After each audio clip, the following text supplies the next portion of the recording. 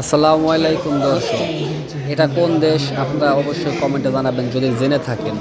আর যদি না জেনে থাকেন আপনারা বুঝতেই পারেননি, সর্বশেষ ভিডিওটা সম্পূর্ণ দেখবেন। সর্বশেষ যদি মনে হয় যে না বুঝতে পারেননি, তো সেই ক্ষেত্রে ডেসক্রিপশন বক্সে যাবেন, গিয়ে ওখান থেকে কোন দেশ এটা দেখে নেবেন।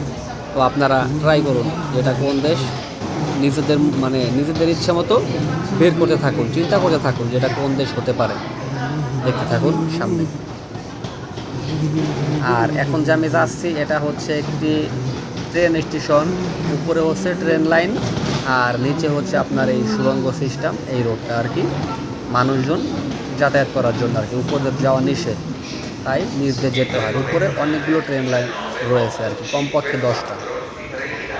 তো আপনারা দেখতে থাকুন, যদি জানতে পারেন যেটা কোন দেশ অবশ্যই কমেন্টে জানাবেন।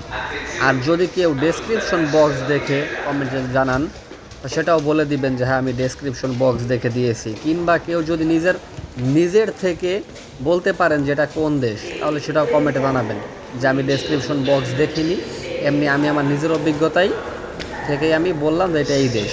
আর যদি কেউ অবশ্যই দেখতে থাকুন আপনারা। সুড়ঙ্গ আমরা অলরেডি শেষ করে ফেলছি, তো এখন আমরা রাস্তায় চলে আসছি। তো রাস্তার দৃশ্য দেখুন, দেখে একটু চেনার চেষ্টা করুন যেটা কোন দেশ হতে পারে।